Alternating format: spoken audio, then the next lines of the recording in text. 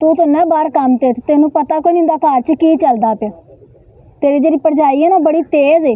ਭਰਾ ਤਾਂ ਤੇਰਾ ਸਿੱਧਾ ਹੈ, ਉਹਦੇ ਕੋਲ ਕੰਮ ਕਰਵਾ ਰਹੀ, ਝਾੜੂ ਮਰਵਾ ਰਹੀ, ਬਰਤਨ ਧਵਾਉਂਦੀ ਪਈ ਏ। ਤੇ ਇੰਨਾ ਵੀ ਉਹਨੂੰ ਸਿੱਧਾ ਨਾ ਬਣਾਓ। ਉਹ ਸਿੱਧਾ ਉਹ ਤੇ ਤੇਜ਼ ਹੈ ਨਾ। ਥੋੜਾ ਭਰਾ ਆਪਣੇ ਭਰਾ ਨੂੰ ਸਮਝਾਓ। ਅੱਜ ਸਮਝਾਓਗੇ ਤੇ ਬਿਹਤਰ। ਕੱਲ ਸਮਝਾਣਾ ਤੁਸੀਂ ਵੀ ਪਛਤਾਣਾ ਤੇ ਉਹਨੇ ਵੀ ਪਛਤਾਣਾ। ਓਏ ਉਹ ਨਿੱਕਾ ਜਿਹਾ ਆਈ ਤਾਂ ਉਸ ਲਈ ਉਹਦੇ ਇਹ ਕੰਮ ਆ ਤੇ ਹੁਣ ਵੀ ਉਹਦੇ ਹੋਵੇ ਹੀ ਹੈ।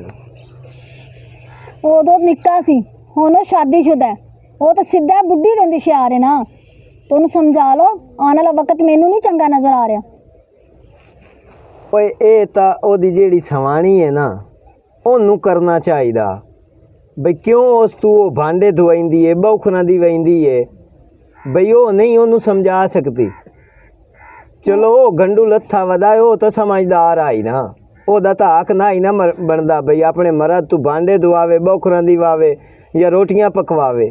ਉਹ ਤੇਰੀ ਗੱਲ ਸਹੀ ਹੈ ਪਰ ਉਹਨੂੰ ਸਮਝਾਉਣ ਦੇ ਬਾਵਜੂਦ ਉਹਨੂੰ ਹੋਰ ਕੰਮ ਤੇ ਲਾ ਰਹੀ। ਉਹਨੂੰ ਮਰਦੇ ਉਹਨੂੰ ਤਾਂ ਨਹੀਂ ਕੰਮ ਚੰਗੇ ਲੱਗਦੇ ਘਰ ਦੇ ਕੰਮ ਕਰਦੇ।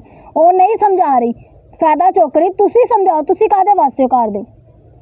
ਸਾਡੇ ਆਖੇ ਉਹ ਅੱਗੇ ਵੀ ਨਾ ਹੀ ਲੱਗਦਾ ਤੇ ਹੁਣ ਉਹ ਸਾਡੀ ਕਿਹੜੀ ਮੰਨਣੀ ਹੈ।